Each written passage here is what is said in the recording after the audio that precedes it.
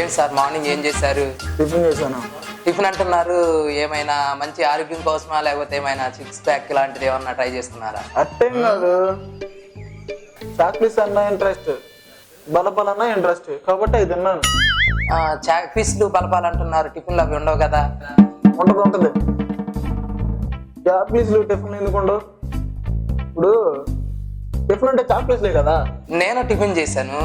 ఏముంటుంది అంటూ? ఇడ్లీలు ఉంటాయి, పూరీలు ఉంటాయి, దోశలు ఉంటాయి.